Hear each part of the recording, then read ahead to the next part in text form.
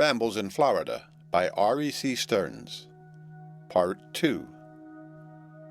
The trip across Florida from the Atlantic Ocean to the Gulf of Mexico is made by railroad. Rising with the birds and eating an early breakfast, a 10 minutes walk takes us to the depot, which is about a mile from the hotels.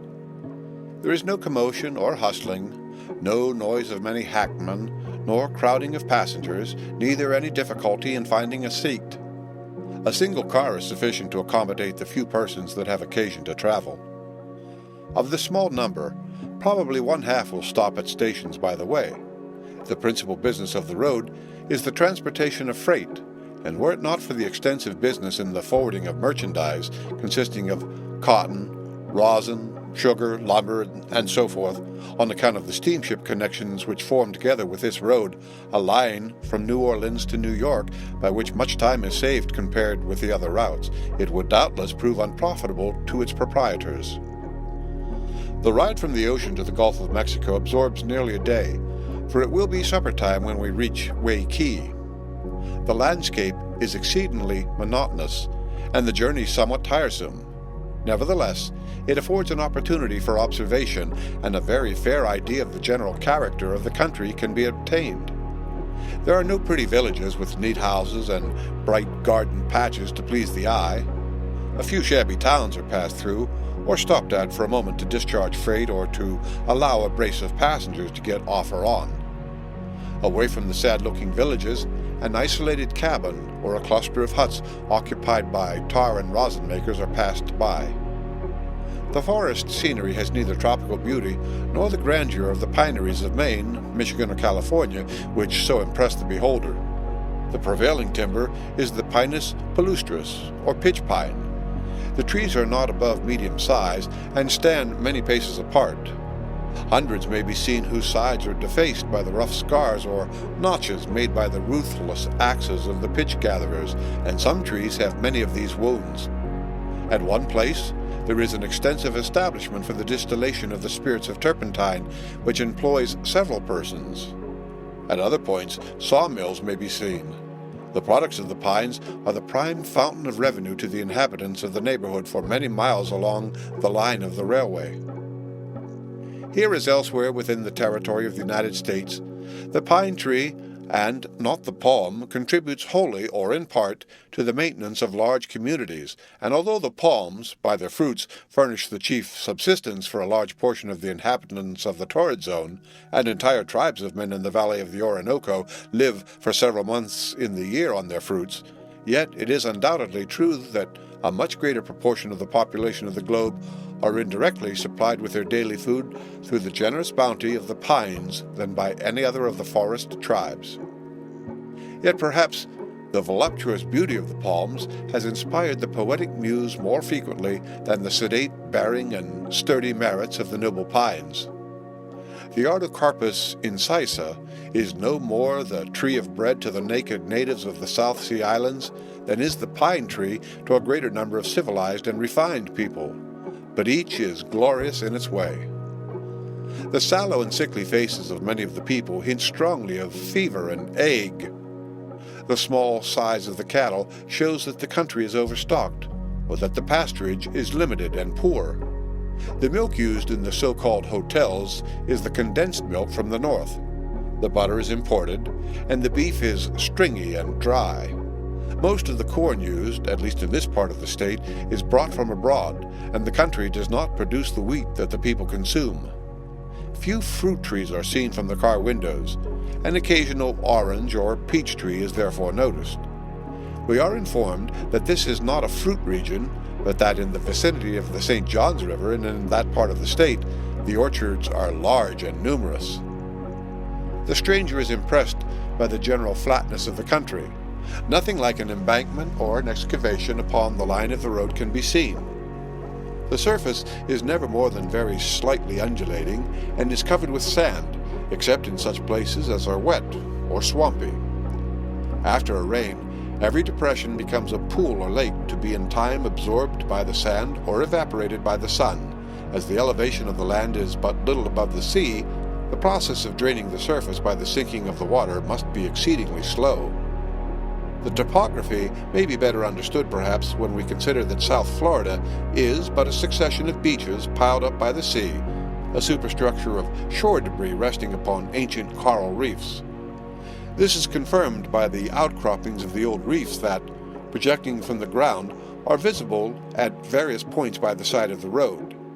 In addition to the accumulation of sands, portions of the state have undoubtedly been, and perhaps are still being, gradually elevated. Agassiz estimates that not less than 70,000 years have elapsed since the coral reefs already known to exist in Florida began to grow. What the area of the state may be 700 centuries hence, we can only conjecture. The same agencies are still in active operation. It will, probably, extend much farther in a southerly direction, and the southern part of the state will be greatly widened toward the west.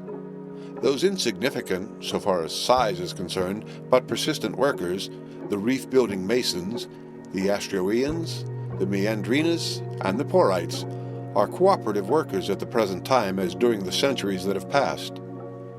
Deep in the sea, the foundations of future reefs are being laid upon which the more ornamental coral workers, the madrepores, will attach their snowy white shrubbery, fringing the surfaces and edges with beautiful forms and elaborate and graceful finish to otherwise substantial structures. The few tree palmettos or cabbage palms, Camoerops palmetto, that we have already met indicate that we are approaching the Gulf. As we move along, the number increases and numerous fine specimens are seen. Here the road runs through wet and swampy ground, with lagoons and stagnant water upon the right and left. The sun bade us good night nearly an hour ago, and objects not distant are indistinct in the dusk of the twilight. Presently the train moves more slowly, and looking out we see the twinkling of lights. Like a boy traveling in a lonesome place, the locomotive whistles, but with the vim of 1,000 fifers, and then comes to a halt. Out we get into the darkness and look around. Sand is under our feet, and a scanty show of vegetation, principally coarse, wiry marsh grass, is about us, and the air is chilly. With a benediction upon the inventor of overcoats, we wrap ourselves closely and realize that a fireside would be more comfortable than the open air. So, with a Negro for a guide, we start for a public house to await the dawning of another day before farther spying out the pride or nakedness of the land. R.E.C is one of a group of islands known as Cedar Keys. It is of small size, irregular outline, and for the most part sandy and low, though in some places marshy and wet. Here, as at Fernandina, the railroad company have made extensive improvements by the erection of a large freight house and a substantial wharf for the accommodation of steamers that touch here en route to and from New Orleans, Key West, and Havana. The town consists of a few buildings, not remarkable either for architecture or workmanship, and the hotels are a practical joke upon the traveler. From the end of the railroad wharf, the disciple of Isaac Walton can enjoy his favorite pastime by catching trout, which are plenty, and fine fat oysters abound in the neighborhood. Were it not for the fishes and oysters, the fare at the taverns would be wretchedly mean. The scenery as viewed from the long wharf is attractive, other islands of the group being quite near. The old town, as it is called, is much better located in point of elevation than the recent one. It is built upon an island directly opposite from the principal wharf and presents a pleasant appearance. Beyond is the lighthouse, situated upon an eminence on Seahorse Key. Seahorses are, probably, the only horses in or about Cedar Keys, for at R.E.C the sole beast of burden at the time of our visit was a poor cow, which, harnessed into a dray, was forced to do the hauling for the place. What a commentary upon the progressiveness and business enterprise of a community. Our regard for the sex made us indignant at beholding the degradation of the patient brute. At the south end of R.E.C there is a group of mounds of unusual size and elevation. The largest and most southerly presents an abrupt face to the beach, having been partially dug away. Its height, as seen from this point, cannot be far from 25 feet. It was, probably before being disturbed, not less than 30 feet, But this, as well as the others of the group, was, like the larger mound near Fernandina, used for military purposes during the recent war. The aggregate thickness of the shell strata, with the intercalated seams of ashes upon the southerly side of the principal mound, and directly facing the sea, is about 20 feet, and composed principally of the valves of oysters, Ostrea virginica, while on the north side of the same mound, the shell deposit is somewhat less in thickness and largely composed of the valves of scallops, Pecten dislocatus, but it must not be understood that the above are the only species of shells found here, for numerous specimens of the mammoth Fasciolaria F. gigantea and others of the same family are represented.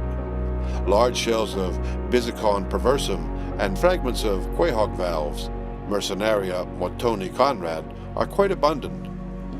Without a further enumeration of the species contained in this, the largest of the R.E.C mounds, we still hastily glance at others nearby.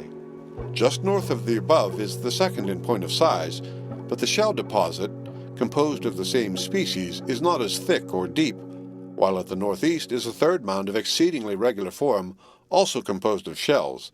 This latter has not been materially defaced, though a house of considerable size has been erected upon its summit. Between the two largest mounds, and connecting them, is a piece of flat or slightly uneven ground, which was used apparently for burial purposes, for here can be obtained human remains undoubtedly aboriginal. During the war this island was the asylum for deserters and refugees, and the yellow fever and cholera carried off great numbers. They were buried carelessly, and the unmarked graves are scattered over the higher land of the key. In examining this part of the island, which is covered with various forms of shrubbery, the visitor frequently stumbles over the hidden resting place of some poor victim of pestilential disease. A few trees may be seen here and there growing out of the sides or summits of the mounds. The latter are so crossed and defaced by the embankments, ditches, and rifle pits that it is difficult or impossible to define their original forms and proportions. Before leaving this extensive and interesting cluster of mounds, we ascended to the highest point to obtain a view of the surrounding scenery. Immediately below, and but a few yards from the base of the elevation, a sloping, shelly beach runs gradually down beneath the placid waters of the Gulf. The white sail of a boat, hardly moving in the bland and gentle breeze, and the whiter wings of the circling gulls with islands near and distant, a cloudless sky and a bright sunshine combine to form a scene of quiet and dreamy beauty. Not far from the mounds is a mill, where the soft cedar is sawed into blocks of convenient size for the use of the manufacturers of lead pencils, and in the neighborhood are rude shanties, cabins, and houses that, viewed with the trees and mounds and water, furnish pretty sketches for the drawing book. Not many species of shells can be found upon the beach, though much of interest may be dredged in the deeper water of the channel a few hundred yards from the shore. Upon an old wreck reached at low tide by means of a boat, a species of murex, M. rufus, may be collected, and the very common littorina, L. irrorata, may be gathered in quantities sticking to the marsh grass just above the mud. The steamer from New Orleans that is to carry us farther south having unexpectedly arrived, we were prevented from making an examination of the adjoining islands, or as thorough an investigation of the mounds as their importance demanded. Early in the afternoon we were all aboard, and soon after the hawsers were cast loose and the steamer was underway. Slowly feeling the course through a crooked and insufficient channel, an hour passed away before we were in deep water enough to admit of a greater speed. The water is so shallow that vessels are compelled to keep a long distance from shore, and the land being flat, but little can be seen from the deck. The mildness of the temperature, the clear sky, and smooth sea made it a delightful trip, and we shall ever remember with pleasure the down voyage from Cedar Keys to Tampa Bay. The end of Part 2. Read by Rick Kistner for Lit2Go on the web at fcit.usf.edu.